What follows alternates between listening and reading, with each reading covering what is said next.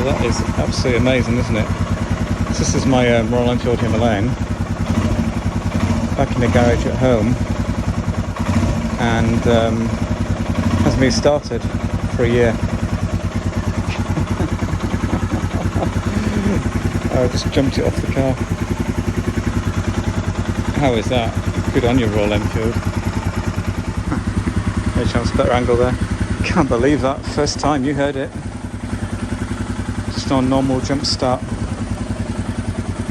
Let's just take those off a minute. Wow. There you go. That's one for the Royal Enfield fans. Don't think I can rotate the back wheel, can I? Let's take all that stuff off in a minute. Bloody hell, so 24,000 kilometres, so it went at 23 I think, so I've only put 1,000 kilometres on this engine since it's been rebuilt.